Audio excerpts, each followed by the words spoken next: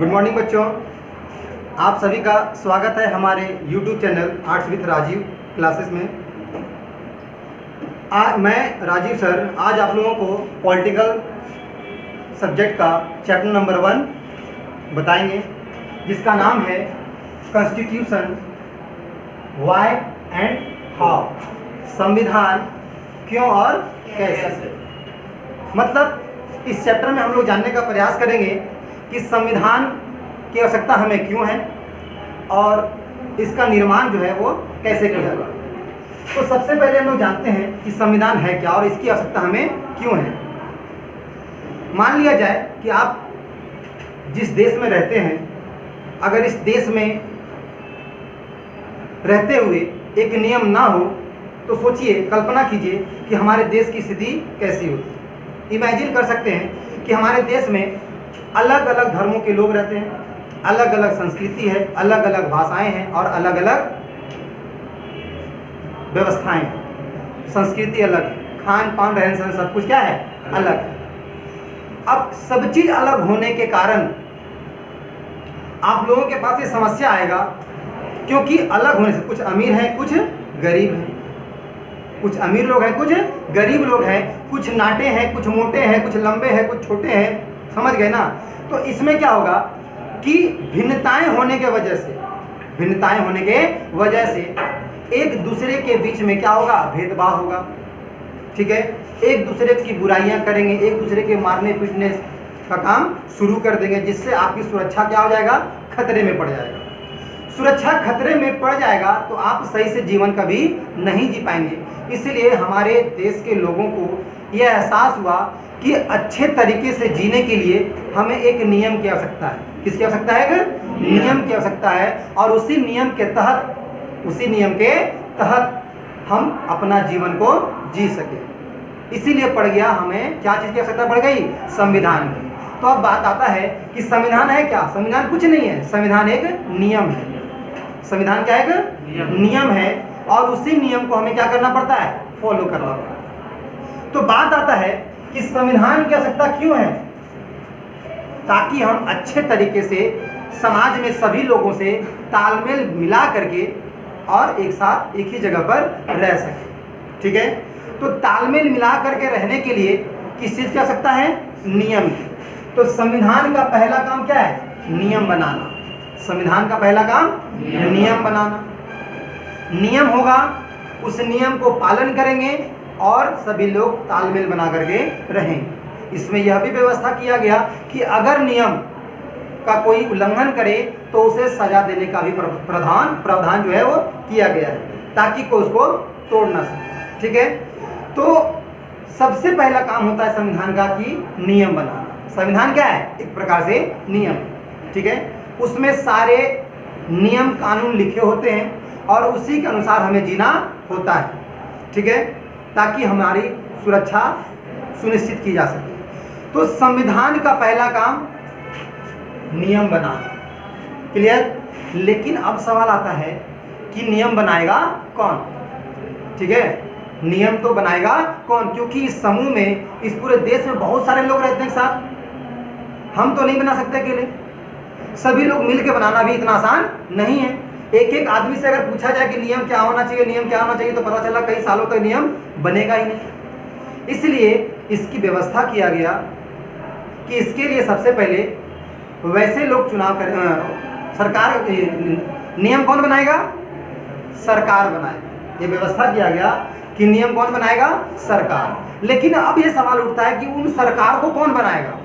तो इसमें बात आती है कि नियम सरकार बनाएंगे कौन, जनता। सरकार कौन बनाएगा, जनता। तो यह भी व्यवस्था जो है वो संविधान में किया गया है। देखिए, नियम कौन बनाएगा, सरकार। नियम कौन बनाएगा, सरकार। और सरकार कौन बनाएगी, जनता। ठीक है, अब देखिए, नियम, संविधान क्या है, नियम है। नियम कौन बनाएगा, सरकार। ठीक है, सरकार को कौन बनाएगा, जनता। वो दिक्कत अब बारी आता है कि जनता अगर सरकार बना देती है तो सरकार मनचाहा निर्णय लेने लगेगा, है ना।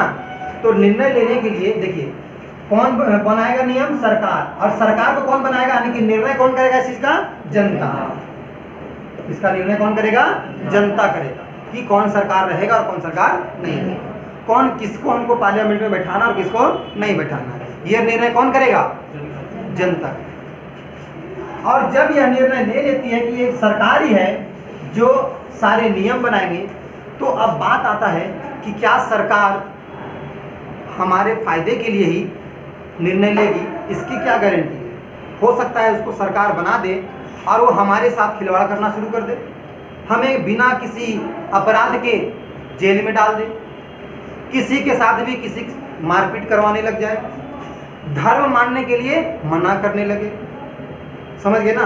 तो इसके लिए संविधान में यह भी व्यवस्था कर दिया गया कि सरकार की सीमा तय कर दिया गया कि सरकार की एक सीमा होगी, नागरिकों के कुछ अधिकार होंगे, उस अधिकारों को जो है सरकार हनन नहीं कर सकती है, उसको छू भी नहीं सकती। तो संविधान ने इस सीमा के तहत हमें क्या दिया? मौलिक अधिकार दिया। क्या दिया? मौलिक अधिकार दिया। तो इस अधिकार के तहत हमें यह स्वतंत्रता मिल गई कि हमारे जो मौलिक अधिकार है वो कम से कम सरकार उसको छीन नहीं सकता। ठीक है? तो ये बन गया संविधान। और संविधान इसीलिए हमें जरूरी है ताकि हमारे लिए नियम हो, हम मेल मिलाप भाईचारे मिलजुल करके हम क्या कर सके, इस देश में रह सके। ठीक है? नियम कौन बनाएगा? सरकार बनाएगा। सरकार कौन बनाएगा? जनता बनाएगा। जनता का हनन ना हो, उसके मूल अधिकारों का हनन ना हो, इसके लिए मौलिक अधिकार को भी लागू कर दिया गया। कहाँ पर? संविधान में। तो हमें ये पता चल गया कि संविधान की आवश्यकता क्यों है, ताकि हम समाज में मिलजुल कर एक साथ रह सकें। ठीक है? अब बारी आती है कि संविधान कैसे, संविधान का निर्माण कैसे हुआ। ठीक है? कोई दिक्कत? संविधान का निर्माण कैसे हुआ तो जानने का प्रयास करेंगे। देखिए, हमारा देश जो है वो अंग्रेजों का गुलाम था और सेकेंड वर्ल्ड वॉर जो है उसकी शुरुआत हुई थी 1939 में और अंत हुआ 1945 में, 1945। इस दौरान ब्रिटिश का यानी कि इंग्लैंड का स्थिति बहुत ही ज़्यादा खराब हो गया, उसका इकोनॉमी भी बहुत डाउन होती चली गई, काफ़ी सेनाएं जो वो मारे गए। ठीक है ना? तो ऐसे में इन सभी कमियों के बावजूद किसी उपनिवेशवाद पर अपना शासन जमाए रखना उसके लिए भारी पड़ रहा था। उसी दौरान हमारे देश में देश को आज़ाद करने के लिए अंग्रेजों के खिलाफ बहुत बड़ा आंदोलन भी चलना शुरू हो गया था। कौन सा आंदोलन? भारत छोड़ो आंदोलन, जिसके तहत अंग्रेजों को मारा गया, भगाया गया ताकि वो हमारे देश को क्या करे? आज़ाद कर दे। तत्पश्चात क्या होता है कि ब्रिटिश संसद ने अपने कैबिनेट मंत्रियों को कहाँ भेजा? भारत भेजा। कहाँ भेजा? भारत भेजा कि हम आप लोगों को क्या करेंगे? आज़ाद कर देंगे। लेकिन एक शर्त है, आप लोगों को सबसे पहले संविधान बनाना होगा, एक नियम बनाना होगा ताकि हमें पता चल सके कि जब हम आपको छोड़ के जाएं तो आप लोग कम से कम आपस में लड़ेंगे मरेंगे नहीं, और जब लड़ेंगे मरेंगे नहीं तो एक नियम के आधार पर आप लोग क्या करेंगे? जिएंगे। तो जो कैबिनेट के मिनिस्टर्स आए थे, ब्रिटिश कैबिनेट मिनिस्टर, उसका नाम दिया गया कैबिनेट मिशन। क्या नाम दिया गया? Cabinet mission. ठीक है? तो कैबिनेट मिशन योजना के आधार पर ही हमारे देश में क्या हुआ? संविधान सभा का गठन हुआ। संविधान सभा क्या है? कॉन्स्टिट्यूएंट असेंबली क्या है? एक सभा है जिसमें सारे वो मेंबर बैठेंगे और संविधान का क्या करेंगे? निर्माण करेंगे। तो पहला सवाल आपका बनता है कि संविधान सभा का गठन किस योजना के तहत हुआ? कैबिनेट मिशन योजना के तहत। अगला सवाल, कैबिनेट मिशन योजना भारत कब आया? 16 मई 1946। ठीक है? 16 मई 1946 को यह मिशन भारत आता है और इन्होंने भारत में उस समय में भारत को नेतृत्व करने वाले कौन थे? कांग्रेस। कौन थे? कांग्रेस पार्टी। तो उनके समक्ष यह प्रस्ताव रखा गया कि हम आपको आज़ाद कर देंगे, लेकिन क्या करना होगा? आपको सबसे पहले एक संविधान का निर्माण करना होगा। तो कांग्रेस ने इस बात को क्या किया, एक्सेप्ट कर लिया और तुरंत ही संविधान सभा का गठन करने की तैयारी करना शुरू कर दी। कोई दिक्कत? तो मिशन आता है कब? 16 मई 1946। इसमें यह प्रावधान किया गया कि चुनाव होगा। क्या होगा? चुनाव होगा। कॉन्स्टिट्यूएंट असेंबली के मेंबर का क्या होगा? चुनाव होगा। तो चुनाव का प्रक्रिया जो है किस आधार पर होगा? तो एक मेंबर चुना जाएगा 10 लाख पॉपुलेशन, जनसंख्या, अर्थात जितनी जनसंख्या जिस प्रांत की है उसी के आधार पर मेंबर चुना जाएगा। अगर किसी एक प्रांत में 10 लाख मेंबर हैं, 10 लाख पॉपुलेशन है, जनसंख्या का कितना है? 10 लाख, तो वहां से कितने प्रतिनिधि आएगा? एक आएगा। तो इस तरह से पूरे भारत से प्रतिनिधियों को लाया गया। कहां पर? संविधान सभा में। तो चुनाव जो हुआ संविधान सभा के सदस्यों का, वो किस आधार पर हुआ? 10 लाख जनसंख्या पर एक व्यक्ति, एक मेंबर। क्लियर? आगे देखिए, फिर बात क्या होता है कि पूरे भारत में जहां जहां पर ब्रिटिश का शासन था, जहां जहां पर ब्रिटिश का शासन था, तो ब्रिटिश प्रांतों से जहां पे प्रत्यक्ष रूप से शासन किसका था? ब्रिटिश का। तो उन ब्रिटिश प्रांतों से कुल कितने मेंबर आए? 292, 292 मेंबर। उसके बाद और भी ऐसे कई सारे प्रांत थे, स्थान थे, जहां पे ब्रिटिश का प्रत्यक्ष शासन नहीं था बल्कि अप्रत्यक्ष था। दैट मीन्स वहां पे राजा का शासन होता था, लेकिन वो राजा अंग्रेजों का सहयोग करता था, सहयोग देता था। ठीक है? तो वैसे भी प्रांत थे जिसे हम कहते हैं देसी रियासत, प्रिंसली स्टेट, जहाँ पे देसी राजा लोग रहते थे। तो उनका चुनाव नहीं होता है, ठीक है ना, वो मनोनीत करके आते हैं। और ये मनोनीत कौन करता है? राजा अपने क्षेत्रीय लोगों से या फिर मंत्रियों से परामर्श लेते हैं कि हमारे तरफ से प्रतिनिधि करने वाला कौन है। तो 93 देसी रियासत था। प्रिंसली स्टेट कितने थे? 93। तो 93 मेंबर हमारा कहां से आ गया? प्रिंसली स्टेट से, यानी देसी रियासत से। ब्रिटिश प्रांतों से कितने मेंबर आए? 292। किस आधार पर आए? 10,000 जनसंख्या पर एक मेंबर आया। क्लियर? इसमें भी वही रेशियो लागू किया गया, लेकिन उसको लाने वाला कौन था? देसी रियासत, जो वहां का राजा था वही भेजा था। ठीक है? तो देसी रियासत में मनोनीत सदस्यों की संख्या कितना था? 93। क्लियर? फिर आगे आता है 4 मेंबर थे, वो थे ब्रिटिश कमिश्नर। 4 कौन थे? British commissioner. कुल कितना हो गया? 389, 389। तो संविधान सभा में कुल कितने सदस्य थे? 389 सदस्य थे। कोई दिक्कत?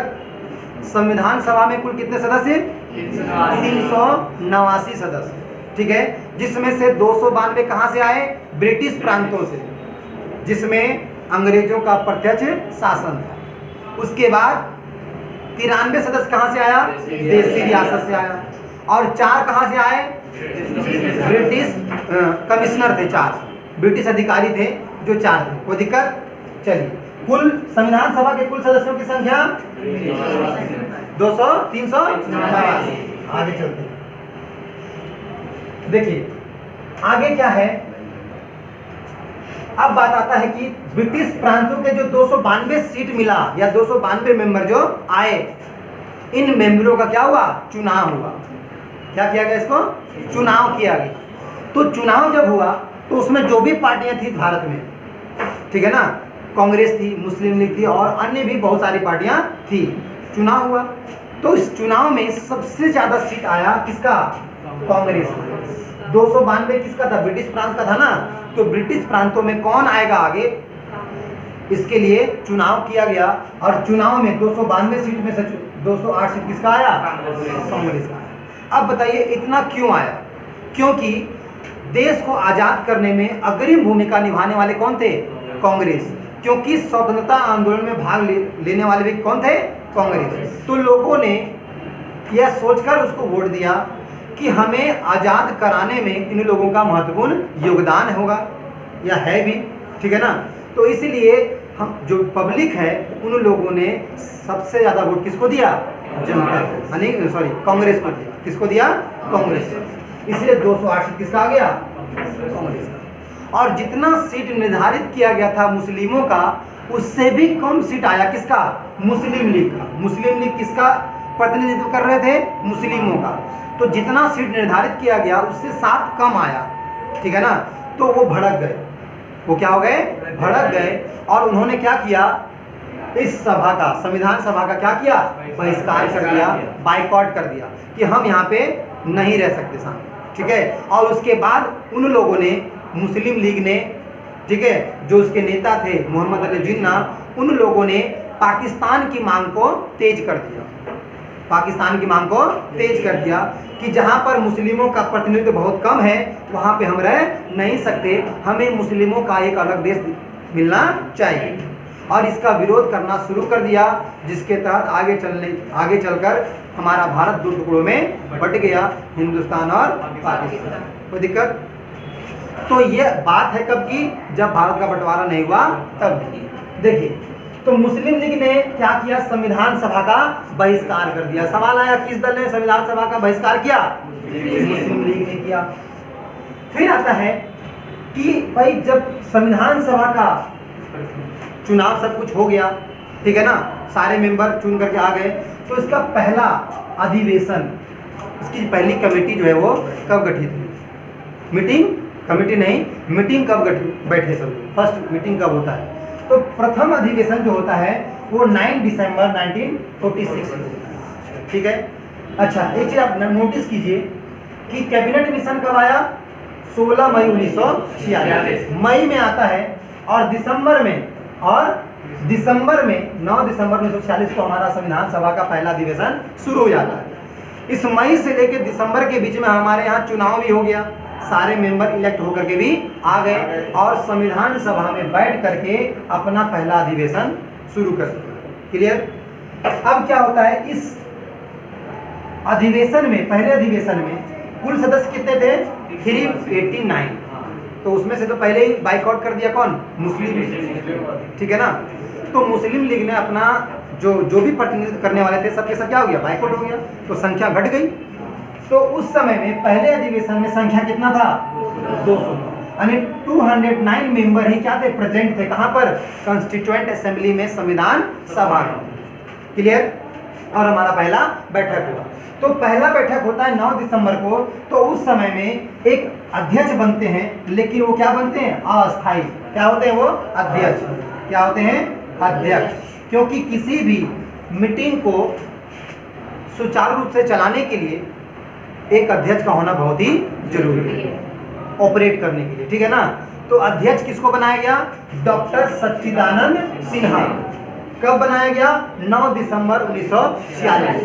बट क्या होता है, 11 दिसंबर 1946 को इसके स्थान पर डॉक्टर राजेंद्र प्रसाद को संविधान सभा का अस्थायी सदस्य बना दिया गया। तो सवाल कंफ्यूज करेगा कि संविधान सभा के अध्यक्ष कौन थे, तो डॉक्टर राजेंद्र प्रसाद, क्योंकि लंबे समय तक रहे। लेकिन देखा जाए 9 और 10 तारीख, सिर्फ 2 दिन के लिए, यानी इसको कहते हैं अस्थायी, टेम्परेरी रूप से प्रेसिडेंट कौन थे, डॉक्टर सच्चिदानंद सिन्हा, ठीक है। तो सवाल अगर बनता है कि संविधान सभा के अध्यक्ष कौन थे, तो क्या होगा, डॉक्टर राजेंद्र प्रसाद।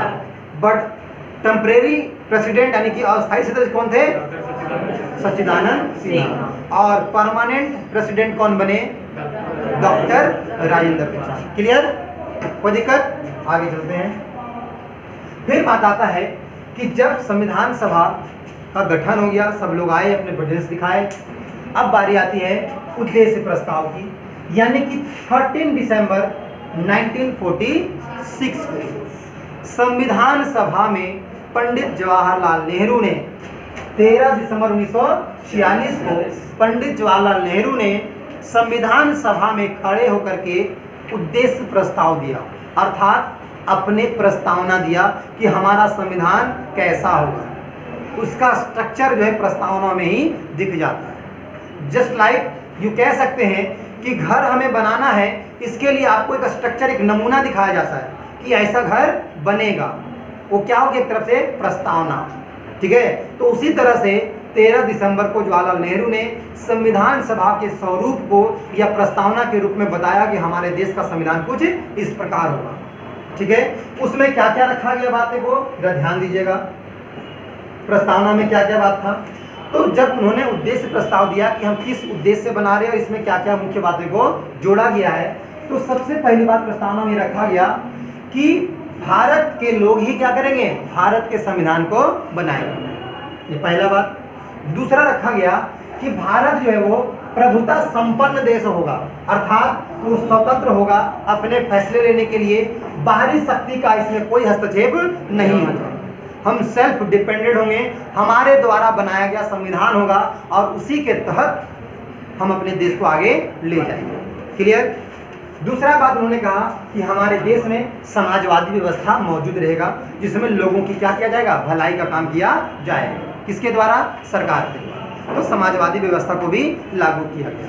तीसरा किया गया पंथ निरपेक्ष, यानी कि सर्वधर्म, इसको कहते हैं सेकुलर कंट्री। यह बात भी पहले बोल दिया क्योंकि हमारा देश सभी धर्मों का समावेश है, इसमें तरह तरह के धर्म के लोग यहाँ पे रहते हैं, तो इसमें कहीं भेदभाव ना हो जाए, इसलिए पहले कह दिया कि हमारा धर्म, हमारा जो देश का संविधान होगा वो कैसा होगा, पंथ निरपेक्ष होगा, सेकुलर होगा, अर्थात यहाँ सभी धर्मों का समावेश होगा, किसी भी धर्म को विशेष दर्जा नहीं दिया गया। ठीक है, ये पहले प्रस्ताव में कह दिया गया। चौथा लोकतांत्रिक होगा, अर्थात इस देश में सरकार जो भी चलेगी वो चुनावी प्रक्रिया के आधार पर चलेगा। पांचवा गणतंत्र होगा, अर्थात हमारे देश में राष्ट्रपति भी होगा जो सबसे शीर्ष होगा, लेकिन संविधान में उसकी शक्तियों को बहुत ही कम कर दिया गया है, सीमित कर दिया गया है। सबसे ज्यादा शक्ति जो पार्लियामेंट को दिया गया। किसको दिया गया, पार्लियामेंट को दिया गया। न्यायिक व्यवस्था जरूर होगा, इसकी गारंटी दिया गया है, आर्थिक रूप से हो, सामाजिक रूप से हो या फिर राजनीतिक रूप से, सभी रूप से आपको न्याय की क्या दिया गया, गारंटी दिया गया। ठीक है, कि आपको आपके साथ कभी भी अन्याय होने नहीं देंगे।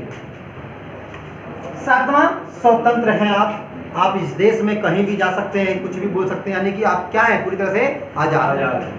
ठीक है, किसी भी धर्म को मान सकते हैं, ठीक है, कहीं भी रह सकते हैं, आपको कोई रोक टोक नहीं। आठवां समानता, आपको इक्वालिटी दे दिया गया कि आज के बाद आपके बीच में या आपके साथ कोई भेदभाव नहीं करेगा। ठीक है, समानता, सबको अधिकार, समान अधिकार मिलेगा, कोई भेदभाव नहीं होगा। यह बात उस उद्देश्य प्रस्ताव में पहले ही कह दिया गया, तो लोगों ने एक्सेप्ट किया और उसके आधार पर क्या किया गया, संविधान का निर्माण किया गया। कोई दिक्कत। समानता के बाद आता है बंधुता, यानी भाईचारा, सभी लोग मिलजुल के भाईचारे के रूप में हम लोग रहेंगे। और 10वां आता है भारत के लोग, यानी कि वही बात जो मैंने पहले बोला कि संविधान में सभी चीजों को कौन बनाएगा, भारत के लोग ही बनाएंगे। हम भारत के देश, भारत के लोग भारत का संविधान खुद ही बनाएंगे, भारत के। क्लियर। तो ये प्रस्तावना में इन्होंने, जवाहरलाल नेहरू ने कब दिया प्रस्तावना उद्देश्य, 13 दिसंबर, कब दिया उन्होंने, 13 दिसंबर 1946। किसी को कोई दिक्कत, समझ में आ गया। चलिए आगे। अब देखिए कुछ महत्वपूर्ण जानकारी आपको दे देते हैं कि संविधान सभा का जो अधिवेशन हुआ वो कुल 6 अधिवेशन हुआ। कितने हुए, 6 अधिवेशन हुए। उसका समय अवधि भी दिया गया है कि पहला अधिवेशन जो है वो 9 दिसंबर को शुरू हुआ और पहला अधिवेशन चला कब तक, 23 दिसंबर। कब तक चला, 23 दिसंबर। तो लगातार वहाँ पर डे जाकर के वो लोग काम करते थे। ठीक है, उसके बाद दूसरा अधिवेशन शुरू होता है हमारा 20 जनवरी 1947 को और यह चलता है 25 जनवरी 1947 तक चलता है। उसके बाद तीसरा अधिवेशन फिर से शुरू हुआ 22 अप्रैल 1947 को और यह चला 2 मई 1947। कोई दिक्कत। अभी तक तो देश आज़ाद नहीं हुआ, मतलब बंटवारा नहीं हुआ, ना ही आज़ाद हुआ है। चौथा अधिवेशन होता है 14 जुलाई 1947 को, जिस दिन देश का बंटवारा हो गया है ना, उसी दिन से शुरुआत हुआ। और यहाँ पर जो मेंबर्स थे उसकी संख्या क्या हो गई, कम हो गई। ठीक है, यानी 389 के बाद जब बाइकआउट कर दिया किसने, मुस्लिम लीग ने, तो टोटल संख्या कितना था, 389। बाइकआउट करने के बाद बच गया 299।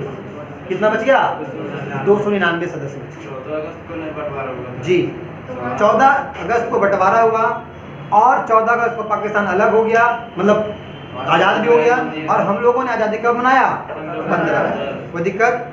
तो 14 अगस्त को हुआ था ना, तो 14 जुलाई 1947 को पहला दिन ये अधिवेशन शुरू होता है, चौथा, और 31 जुलाई तक चलता है। ठीक है, उसके बाद पांचवा 14 अगस्त से, यहाँ पे लिखा हुआ है बात, ठीक है ना, 14 अगस्त 1947 को यानी कि जब 5वां अधिवेशन शुरू हुआ तो यहाँ से देश का क्या हो गया, बंटवारा।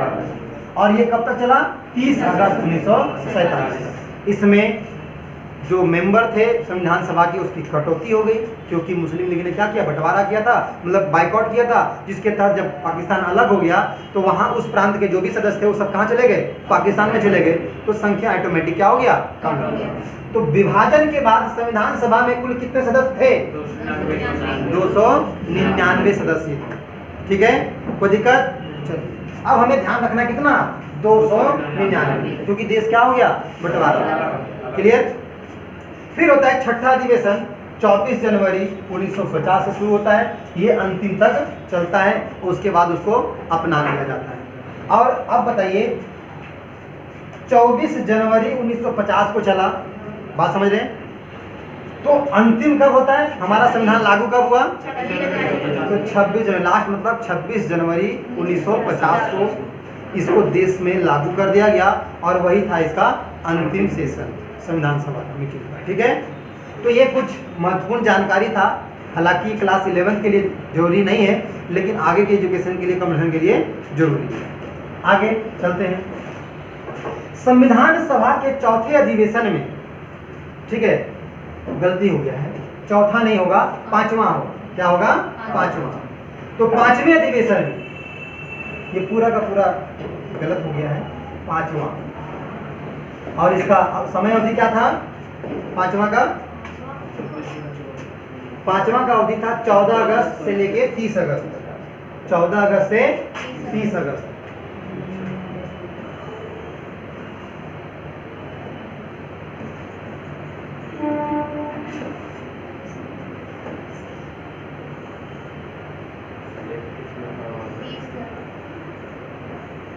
ठीक है, 14 अगस्त 1947 से लेकर के 30 अगस्त 1947 तक। कोई दिक्कत। अब क्या होता है, ये 5वां अधिवेशन तो चला, ठीक है ना, लेकिन चौथे अधिवेशन, कौन सा अधिवेशन में, चौथे अधिवेशन में 22 जुलाई को 1947 को राष्ट्रीय ध्वज को अपना लिया कि हमारा क्या होगा, एक राष्ट्रीय ध्वज। क्लियर। आपको पता है कि शुरुआती राष्ट्रीय ध्वज हमारा कैसा था, आज अशोक चक्र है, उसमें क्या था, चरखा था, तिरंगे पर क्या था, चरखा था। आगे अब बारी आती है 29 अगस्त 1947 को प्रारूप समिति, जिसको कहते हैं ड्राफ्ट कमेटी, इसके अध्यक्ष कौन थे, डॉक्टर भीमराव अंबेडकर। डॉक्टर भीमराव अंबेडकर थे, किसके अध्यक्ष थे, ड्राफ्ट कमेटी, प्रारूप समिति, ठीक है, अध्यक्ष बने। और इस समिति के तहत उन्होंने बहुत सारे संविधान के अनुच्छेद को, भाग को लिखा और उसको संविधान में प्रस्तुत किया। यानी अधिकार, इसीलिए कहा गया ना, संविधान का जनक किसे कहा गया, बाबा साहब यानी भीमराव अंबेडकर, क्योंकि सारे संविधान को लिखा किसने, अंबेडकर साहब। ठीक है, 26 नवंबर 1949 को क्या होता है, संविधान बनकर तैयार। शुरुआत कब हुआ, 9 दिसंबर 1946। खत्म कब हुआ, पूरा बनकर तैयार कब हुआ, 26 नवंबर 1949। कोई दिक्कत। इस दौरान कितना समय लग गया, 2 साल 11 महीना 18 दिन का समय लग गया संविधान को तैयार करने में। और उस समय के अनुसार यह बताया गया कि इसको निर्माण करने में कुल 64 लाख रुपए का खर्चा आया। संविधान को तैयार करने में कितना खर्चा आया, 64 लाख। उस समय का वैल्यूएशन किया गया। तो कोई दिक्कत। आगे संविधान को लागू कब कर दिया गया, 26 जनवरी 1950।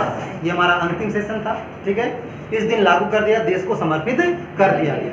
और उसके बाद हम लोग इसी दिन से मनाते हैं गणतंत्र दिवस। बहुत से लोगों को पूछ लीजिए भैया गणतंत्र दिवस क्यों मनाते हैं, देश आज़ाद हुआ था इसलिए। उन लोगों को पता ही नहीं है। 15 अगस्त को देश आज़ाद हुआ भैया, वो स्वतंत्रता दिवस है। गणतंत्र दिवस हम लोग संविधान लागू हुआ था इस खुशी में हम लोग मनाते हैं कि हम क्या हो गए, स्वतंत्र हो गए, पूरी तरह से एक नियम कानून हमारे देश में लागू हो गया। तो गणतंत्र रूप से हम लोग गणतंत्र दिवस मनाते हैं कि हमारे देश में एक व्यवस्था अब आ चुका है, इसका सेलिब्रेट करते हैं, ठीक है। प्रथम राष्ट्रपति कौन बने उसके बाद, डॉक्टर राजेंद्र प्रसाद। प्रथम प्रधानमंत्री कौन बने, जवाहरलाल नेहरू। अब बारी आता है कि जब संविधान बनकर तैयार हो गया तो उसे कहा गया मूल संविधान। क्या कहा गया? यानी कि ओरिजिनल कॉन्स्टिट्यूशन। ठीक है, अब इस ओरिजिनल कॉन्स्टिट्यूशन में कुल कितने आर्टिकल थे, अनुच्छेद थे? 395। कितने भाग थे? 22।